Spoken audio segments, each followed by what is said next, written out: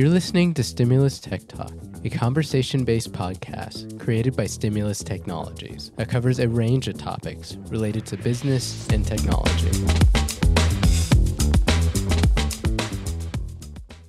Welcome to Stimulus Tech Talk. I am Sherry Lipp. I am the marketing manager here at Stimulus Technologies, and we have a special episode today because we are with Nathan Whittacre, and we are going to be getting to know him a little bit better. Welcome, Nathan. Thanks, Sherry. Welcome, everybody, to the podcast.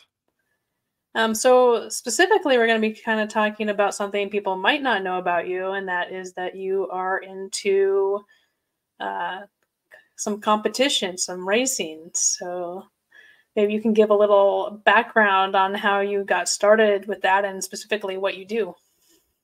Sure. So, there are a lot of, I've found over the years, a lot of business owners have extracurricular activities outside of just running the business. About 12 years ago, I had a little bit of a health scare with some doctor's visits and realized that I needed to change my lifestyle.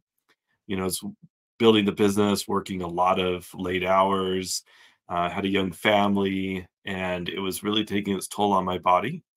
So I went to physical therapy, and through that process, started doing a lot of exercises, mostly swimming and biking. And a friend of mine who also ran and did triathlons said, you're doing pretty much everything as long as your doctor clears you. Maybe you should consider doing a triathlon. And that was not anything that I thought I'd ever do in my life. My sister had done triathlons and completed those for several years, and I thought she was crazy. She ran a business also and had no idea how she was able to manage it. But I decided to sign up for my first one. I did an Olympic triathlon as my first triathlon. And before that, I did a couple of running races. And my first ever race I did was a 3-hour running event that you just ran as far as you can for 3 hours. And it was actually put on by Calico Racing, which ends up being my future wife's company. So the first ever race I did was actually how I met my wife. So, but it was really, I got into it just from a health standpoint because I was overweight, overworked, and needed to make changes in my life if I wanted to live a long and healthy life, which is, all of our goals. What do I do now? And it has progressed and changed over the years. I've kind of ebbed and flowed depending on how busy I am. As you see behind me over here, if you're watching on YouTube, I do a variety of different events. And lately I have a goal of running a marathon under 4 hours of time in all 50 states. So my progression, if you've seen the map over here, is the states that I've completed it in. And I'm up to 7 states under 4 hours and 12 states total that I've completed a marathon in.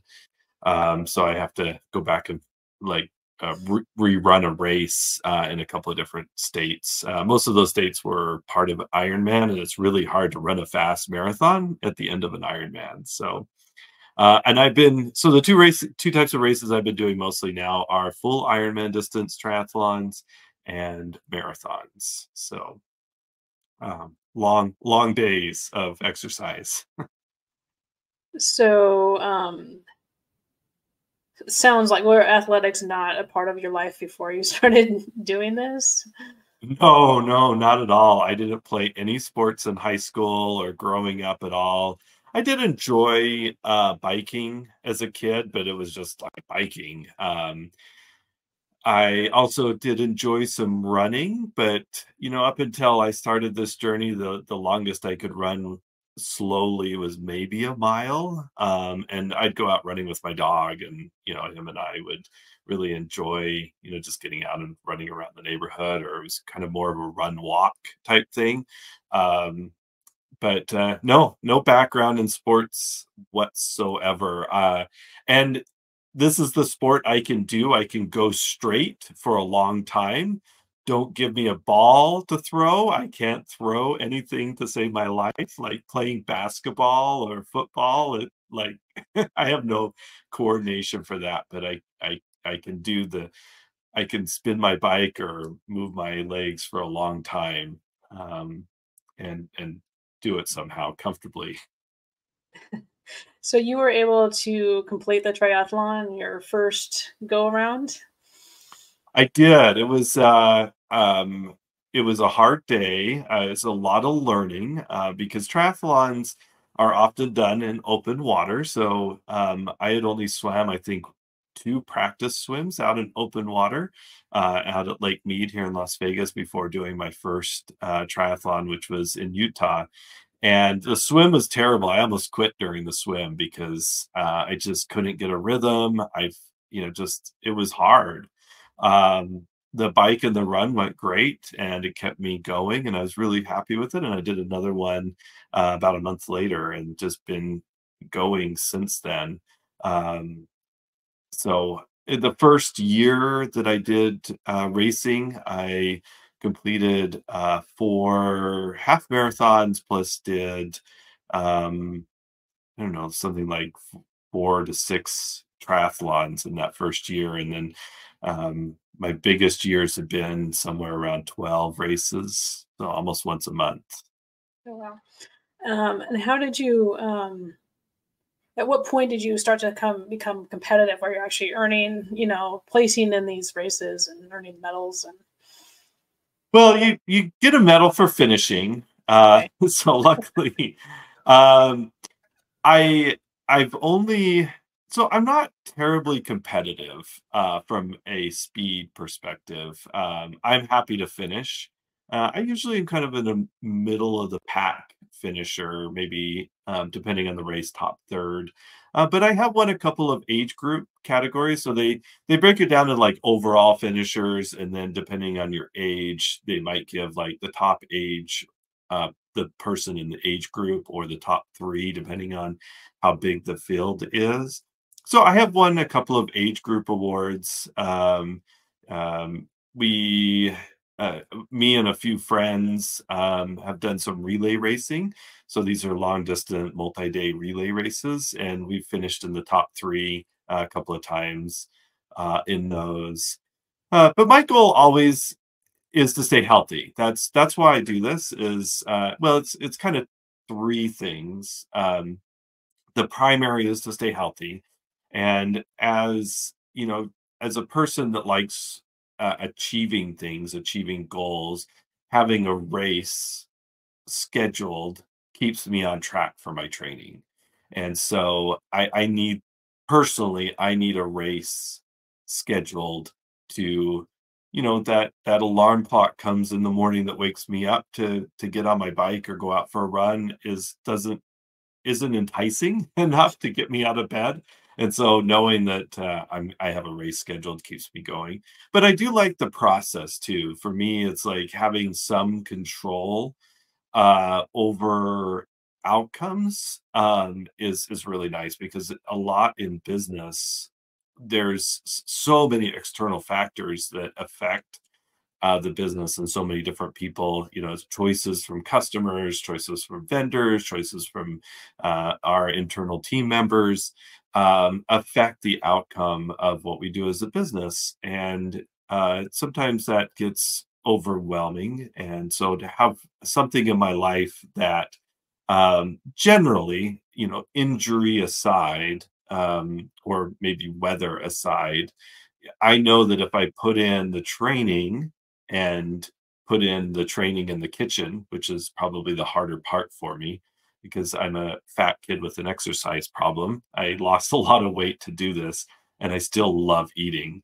But I know that if I control what I do in the kitchen and control what I do from a workout plan, I generally will have a positive outcome on race day. And it's nice to have that, schedule and know what I'm doing and know what the outcome could potentially be if I put in the right amount of effort. Um, so that, so having the healthy habit, having the control of my life, and then learning something new. I mean, every time I do this, it's like it's a learning experience. And learning. My wife and I have been doing traveling associated with the racing. Visiting the 50 states is a lot of fun. So I learn about each state and the coordination of that. We just actually did my first international race. So we went to New Zealand and raced in Ironman New Zealand. And that was a lot of fun, traveling to another country and doing a race and learning, about people and all that. So it's really, those three buckets that really drive me to continue doing it. And that one kind of leads in. How do you feel that it racing kind of combines with you as a business owner?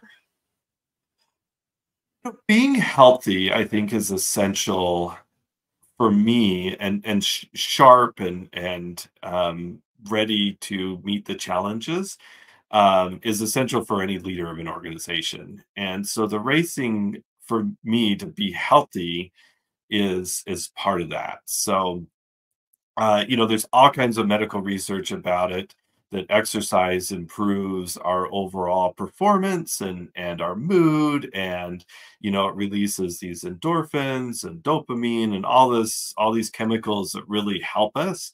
And I found personally that my attitude is significantly better if I am staying healthy. So that from running a business, anybody on this channel knows, if you run a business, it is stressful. There's a lot of pressure on a business owner, and a CEO, leader of an organization. And there's so many stress hormones that build up. And there's scientific proof that shows that exercise allows your body to naturally fight off those stress hormones and replace them with the positive hormones. And so it's a lot about mood. It's a lot about ability to perform well in my day, what I do during the day, sometimes at night, whatever it may be. But it allows me to perform much better as a leader. And I think, without that, that stress would build, not just cause health issues for me, but also lack of performance inside the business in leading the organization and staying motivated to continue driving the company forward. So whatever it is, I think having that exercise, that component to but if it's not endurance sports, something else, going to the gym, or CrossFit or basketball or football or whatever, your cup of tea is as far as exercise. I personally think, and the scientific proof shows it, that is essential to be a top performer. And I know once you told me you were going to be swimming with a jellyfish. So, what kinds of challenges do you face on these? And that one you knew you were kind of preparing for, but have you had some unexpected challenges? There's always something with a race that comes up, it seems. So, um, I'll just use an example. Weather is really the one of the things that you just can't control. So you can control pretty much everything leading up to race day, but you can't control the weather of the day. And in the race in New Zealand, there was a forecast for a storm to come in the day after the race on Sunday. The race was on Saturday. And the forecast for the day of the race looked good. It was relatively calm winds. They were supposed to pick up a little bit in the afternoon. Overcast, no rain. And that's the way it had been for a couple of weeks. The long-term forecast showed that was kind of going to be the case. And then we get there, and the day before the race, go out and do a practice swim. The lake that we're swimming in is just pristine. There's just the water is like Lake Tahoe. It's crystal clear, super calm, but it was like glass. And then the next day we get there to the start of the race, and there's 4 to 6 foot waves with white caps on top, and the swim was a rough swim. I've been in rougher swims, but that was a rough swim. And there was, over 10% of the field didn't complete the swim because of the roughness of the water, and about 10% didn't even start. They just chose not to get into the water. And the rest of the day was, wind on the bike, and it was, you have to strategize. Okay, how am I going to deal with this wind? I can't make it go away. But I have to deal with it during that race. So weather is probably the biggest thing that comes up. Injury is the other one. I mentioned before, I've had a few injuries I've been dealing with, nothing major. I sprained my foot before my first Ironman, about 10 weeks before the race. Really bad sprain. My whole foot swelled up. I wasn't able to run until just a couple of weeks before the race, and I knew that I had the biking and swim down fast enough that I could walk the marathon at the end, which means a very long day. Um, and so I still went ahead and did it and completed that. I was able to run some and walk some, and actually ended up with still a decent time for the race. But injury is the one that can really set an athlete back a lot, and it's very frustrating. So I'm currently kind of dealing with a persistent plantar fasciitis in one of my feet. So I have to balance between how much I can do and dealing with the pain of that. And that's kind of a hard thing, like working through painful exercise, knowing that I'm not damaging anything because I'm working with doctors to make sure that I'm not doing any harm. But it is sometimes a little painful and just kind of pushing through it. But it is, kind of a lesson I learned, through life and business ownership is, sometimes you have to push past the pain that comes around, the stresses, the things that happen. And again, the racing, kind of pushing through these events mentally teaches me personally how to get through that. And in case anybody listening is wondering, how did you prepare to swim with the jellyfish? Okay, so this was race end of last year that was in Maryland, Ironman Maryland, and the area that the swim is in the bay, and it's brackish water, little bit of ocean, little bit of river. So yeah, it was scary looking at some of these pictures. People would go out and do these practice swims and come out of the water all bit with or stung with jellyfish, and you can have allergic reactions to it. And so I didn't know that when I signed up for this race. The same friend that got me into triathlon convinced me to go out and do this race. And I remember messaging him, "What did you get me into?" and wondering, oh my gosh. Uh, Luckily we were able to wear wetsuits, and so that's, the wetsuit protects most of the body against, potential stings. And that still just exposes the face and the hands. And so um, the they recommend there's like some techniques like coating yourself with a little bit of Vaseline. Petroleum jelly reduces the potentiality for a sting or the pain of the sting. Taking some antihistamines beforehand also helps.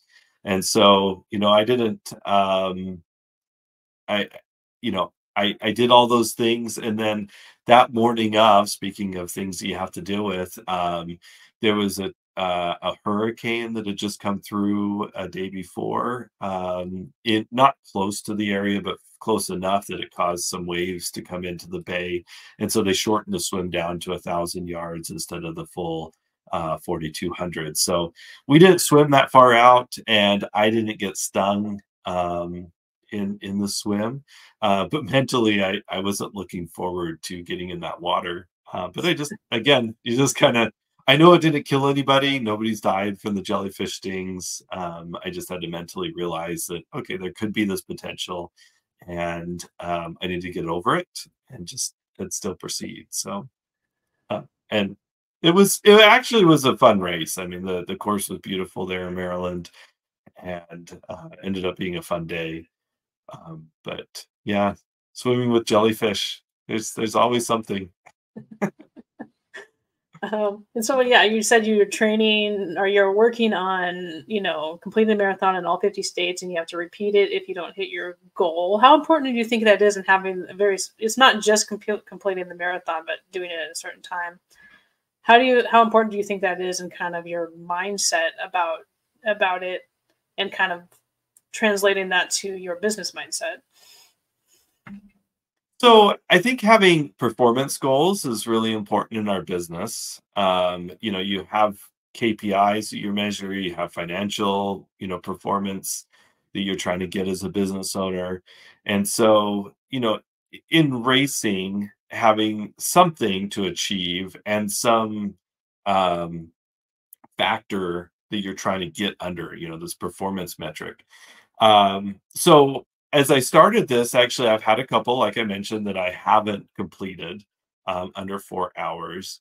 And that, it makes you upset that you got to go back and do it again. It makes me upset. But it does drive the performance. So I have completed 2 of them with less than 20 seconds to spare. So uh, they're 3 hours 59 minutes and 40 seconds or less, cutting it very close. But it's there's a lot of math that happens out on the course, and I think the same thing can be translated into business performance. If you have metrics that, like as a salesperson, or as a business owner, or completing tasks on time, showing that with the right attitude and the right calculus, even if you're close, you can still achieve it. And it's a push. I was on both of those. I ended up having to push quite a bit at the end to convince my body to keep up the pace to do it. But again, it translates, I think, into business. We run into that all the time in businesses. Um, you know, especially on the sales front. But service delivery is the same way. Achieving those service level agreements that we have with our customers, achieving whatever we have in our business. Me as a leader, I can show my team, look, there's lots of aspects in our lives that if you set a goal and you work hard towards it, and you meet that, it's a great win. That one that I cut really, really close. I teared up at the end because it was such a hard push. I was in a bit of pain at the end of the race because of my foot issue that I'm dealing with. But man, it's like to feel that win, and it really is only for me. Nobody else is out there, betting on me or making anything off of me, completing that. But it's a personal win, and it's a great feeling to be able to accomplish a goal like that. And how do you balance, your training with running the business, especially with this big goal in mind? So, and it's not just the business. I have 5 kids. I have, some volunteer work that I do for church and some other organizations, my wife, and, just a lot of other things. Uh, so a couple of things that I do, because it is hard to balance it all. The workouts and those type of things are during the week. Most of my free time, that's what I spend doing. So I go to bed early-ish, so I can get decent amount of rest and recovery. Um, and I don't watch much TV, so I limit, my TV watching. Um, and I get up early in the morning, so I generally am starting my workout somewhere between 4 and 5, maybe sometimes 5:30 in the morning. I'm getting up and doing my workouts before the rest of the world wakes up. And there's been many times that I've had on my schedule to do like maybe a 2 or 3 hour workout in the morning. And I have a 7 a.m. meeting or a flight I got to get on. And so I've gotten up many times at like 3 o'clock in the morning to get that done, which is it's crazy. I think about those mornings. I'm like, why am I doing that? It's insane. But that's that's the price I pay for the goals that I have. Um, so it's keeping that schedule, getting up, making that a habit to get up when my alarm goes off and get that workout done. I generally set myself up right in the morning, so I have my workout planned. It's not making it up when I get up, so I know exactly what I'm gonna do. Today is a hour and 15-minute bike ride. It's an endurance ride, or 10-mile run, or whatever it may be. I know exactly what I'm going to do, and I usually set my stuff out in the night before, so I have my socks and shoes and everything kind of ready, so that I can just literally roll out of bed, put my clothes on to do the workout, grab a water bottle, and get on my bike trainer. Or I my office actually serves as my training room here too. So I have a bike trainer, a treadmill. I enjoy running outside, so I often run outside if the weather's good, um, or put my face in cold water at the gym at that time in the morning is no fun either. And then oftentimes, if a couple of times a week, I'll try to incorporate in some workouts in the afternoon.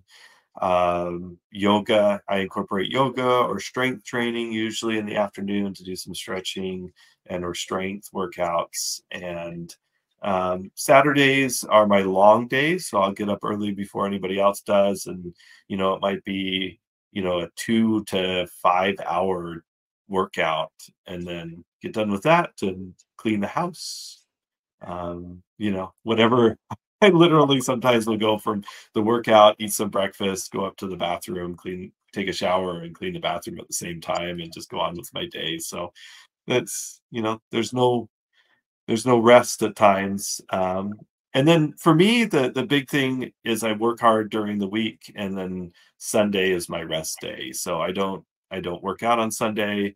I dedicate it to church and my family, and that's kind of my rejuvenation, where I can recover and just take a break from everything. And so that's what works for me, and helps me to keep that difficult schedule during the week. It sounds like it's good for habit building. That probably translates to other areas of your life. It does. So that's I did a talk on that, a keynote talk not too long ago, talking about atomic habits and building habits, and really how that's really changed what I do in my life about building those habits. And I do a lot of habit stacking, that I'll stack some other habits along with, the exercise or the waking up or whatever it may be.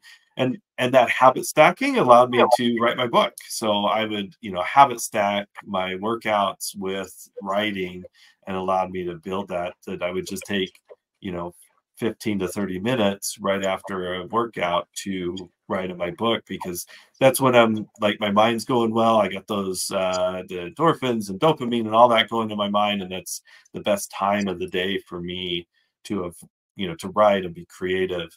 And so it worked out to stack those together. And how long do you think it's going to take? How long do you have it planned out, or do you have it planned out to take you to finish your 50 states? So when I started it, I was hoping to get it done before I turned 50. Um, if everything goes well, I could probably get it done in the next 5 years, but it wouldn't be before I turn 50. So it might be my 50th year. But I would have to start, it's a lot of states to get through. So I would really have to, pretty much every state that I run, I would need to make the goal for the most part. So right now in my mind, if I can get all 50 states done, not sub 4 before I turn 50, or in that 50th year, and then go back in and fill the ones that I didn't complete in time after that. So that's the goal right now. It's probably 5 or 6 years. The every one of these races, and they get sometimes increasingly difficult because there's logistics involved too. Traveling from Nevada to Rhode Island or Maine, or the East Coast is kind of difficult. You lose time and lose a day, so logistics starts playing into it, because a lot of times you can't get a flight, maybe even a direct flight near that, and so it's flying and then driving and all that time. So uh, that's also the difficult part of it. So yeah, 5 to 7 years is kind of my time frame. Probably 7 years to get them all done under 4 hours. Hopefully another 5 years to get all the states filled in.